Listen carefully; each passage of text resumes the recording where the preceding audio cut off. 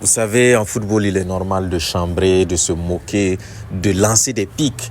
Ça fait partie du jeu et on le fait tous. Ça ajoute un petit plus à la confrontation, mais dans le respect. Et des fois, certains poussent le bouchon un peu trop loin. Et dans cette vidéo, nous allons faire le top 3 des personnes qui ont manqué d'élégance dans leur manière de parler des autres durant la CAN.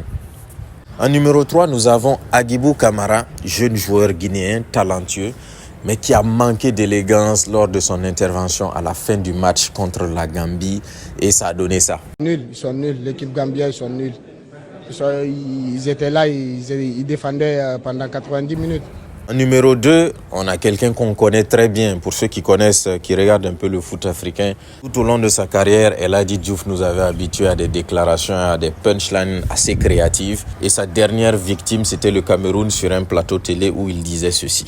Il parle du continent, mais le continent aujourd'hui, il faut qu'ils savent que le continent est devenu l'hôtel continental. En numéro 1, nous avons l'incontournable, le grand Belmadi, ancien coach de l'Algérie.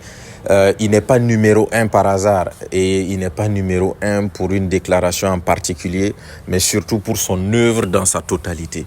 C'est un monsieur qui a la punchline facile et qui est un peu mauvais perdant aussi. Il est aussi numéro 1 parce que les deux autres se sont expliqués ou excusés, mais lui, il reste droit dans ses bottes, dans le personnage. Il nous fait du Belmadi, quoi.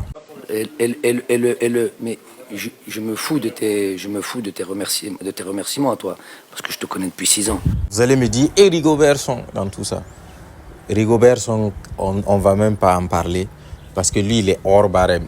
C'est pas possible de le mettre dans ce classement.